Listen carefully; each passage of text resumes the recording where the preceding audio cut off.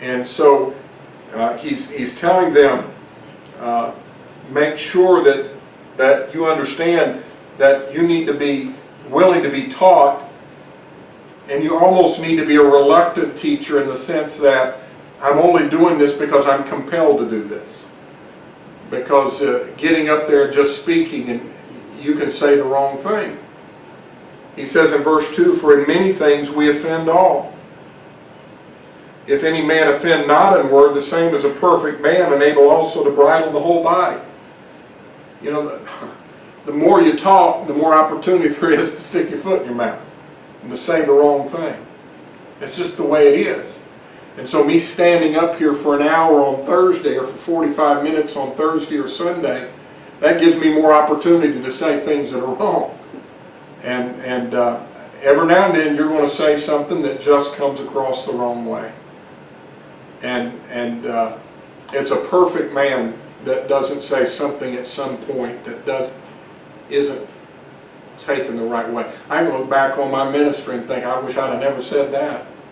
I wish I'd have never taught that.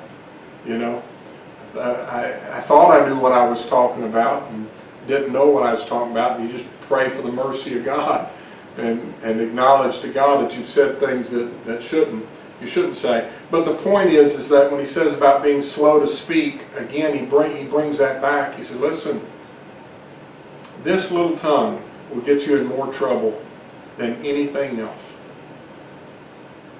You can say things so easily that are offensive, that mislead, that hurt. So we need to be careful in how we, and what did he say in chapter 1? If you seem to be religious but you don't bridle the tongue, your religion's vain.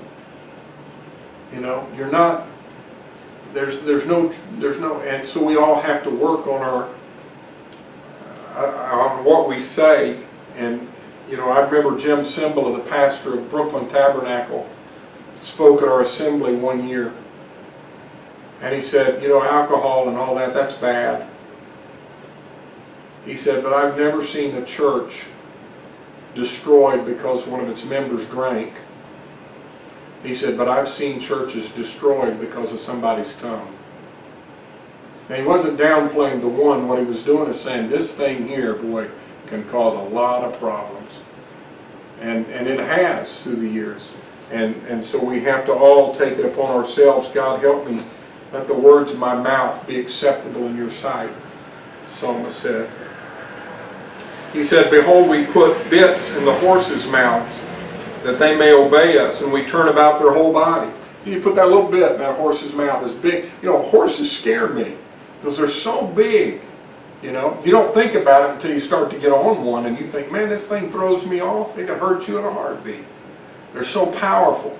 But you can put that bit in that mouth and turn him this way and turn him that way, and that you can move that whole horse with just that little bit. His point is, this little tongue is a small thing. Boy, it can do a lot. It can do a lot of good or a lot of bad. It can do a lot. He gives another example.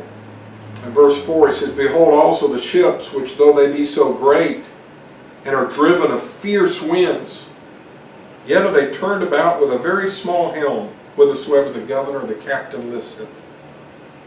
He says, you think about how these big old wooden boats that they had in those times, and he says, and they're all driven by the sails and the winds, these fierce winds blowing these sails. He said, but no matter how hard the wind blows, no matter how big that ship is, if that captain turns that rudder, just moves it just a little bit, that whole boat turns with just that little rudder. And his point is, he says, that's the same way. He says, there are small things that can do big things. You know, a small bit can move a horse. A small rudder can move a ship. Even so the tongue is a little member, and boasteth great things. Behold how great a matter a little fire kindleth. In other words, he says the tongue, when it says boasteth, I don't know if I can say this right. Sometimes I get it straight in my head, sometimes I don't. It's like that car boasts a 450 engine. Well, what it's saying is that the car didn't actually talk, but what it's saying is that it has the capabilities. This is what is in it. This is what it can do. The tongue is a small member, but it boasts big things. It can do big things. And he says, he gives another example, behold, what a matter a little fire kindleth. I've used the example, I think I've used it even here. Must have been here because it happened while we were here. Remember that fire that almost burned Gatlinburg? They said these little boys went around and took matches on a path and were just flipping them out just to be fun, thinking it was funny. Flipped out those little matches and it set the fields on fire, then the woods on fire, and ended up killing people and burning down several homes and almost burnt the city. But that's James's point here. He says, you don't think a little thing can do a lot? He says, you just get a little spark from a fire and see what it can do. It can burn down a forest. A little rudder can move a whole ship. A little bridle bit can move a horse.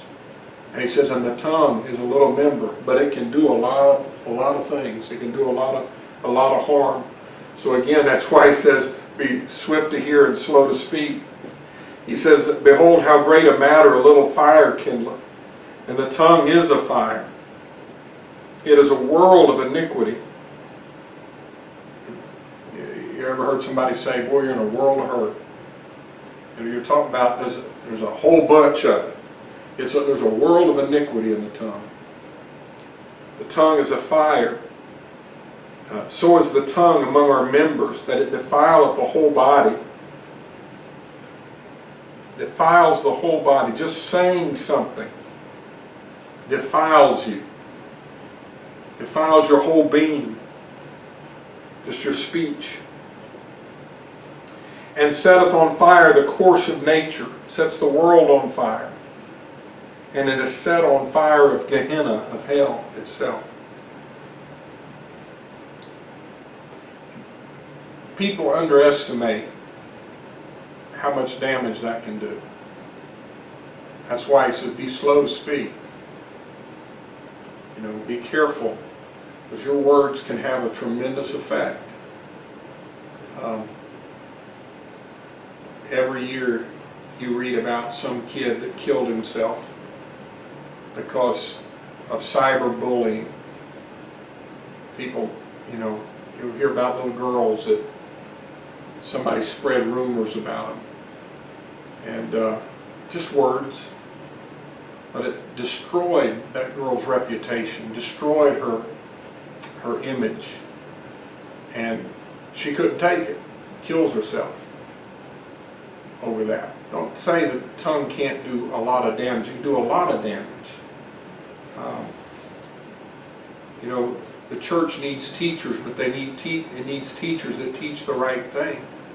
Because if people get out here teaching the wrong thing, it can do a lot of damage to a lot of people. And so we have to be careful about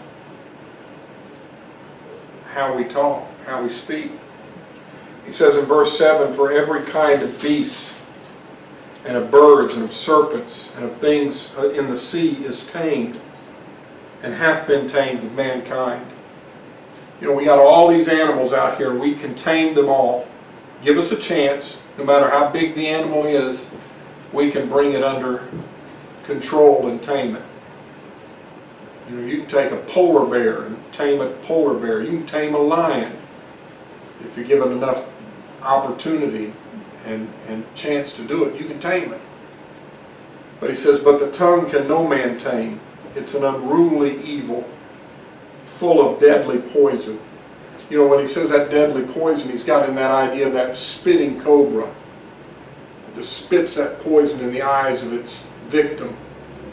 And he says that's the way that tongue is. He says it's an untamable evil that spits out poison.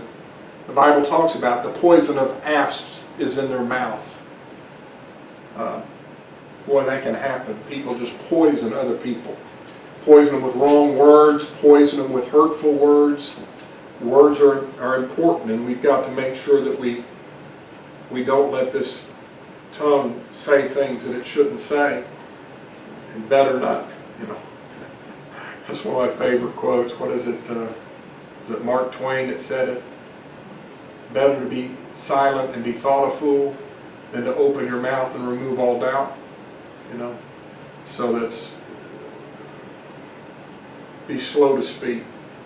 Therewith bless we God, even the Father, and therewith curse we men, which are made after the similitude of God. He said, how inconsistent is that? I've seen people like that will come into church and just bless God, and the next minute they'll turn around and just cut somebody to the core. Say something awful to somebody. Or they'll say all this and then they'll cuss somebody out. And then they want to, you know, James's point is, that shouldn't be that way. Out of the same mouth proceedeth blessing and cursing. My brethren, these things ought not so to be. Doth a fountain bring forth the same place sweet water and bitter? If you go to a place and you start to get water out of it and it's bitter water, well, you're not going to get some of it bitter and some of it sweet. It's either going to be all sweet or it's going to be all bitter. He said, so how's this happening that out of your same mouth you've got blessing and cursing? He says in verse 12, can the fig tree, my brethren, bear olive berries, either a vine figs? In other words, if it's a fig tree, it's going to bring forth figs. It's not going to bring forth olives. And a vine's not going to bring figs. Figs grow on fig trees. They don't grow on vines. So he said, if this filth is coming out of you, out of the abundance of your heart, your mouth's speaking. You know, there's something wrong in your heart if you can spew this. If any man seem to be religious and bridleth not his tongue, you're not even trying to control it. You just say it. Hurt people. He said that it's inconsistent. It's like a vine bearing figs, or it's like a fig tree that bears olive berries. How's that possible? It's inconsistent with the nature. Even so, can no fountain both yield salt water and fresh water? In other words, if you're on an island and there's water coming out of a spring, it's either going to be fresh water, it's going to be salt water, but it's not going to be fresh and salt water. It's going to be one or the other. So what ought to be coming out of our mouth should be consistent with what's in our nature. And if evil is continually coming out of our mouths, then there's something wrong in here. This isn't right. That's why Jesus said you'll know them by their fruit. And you'll know people's hearts by the fruit of their mouth. The fruit of our lips, the Bible talks about. We'll go ahead and stop there, and we'll pick up there next time.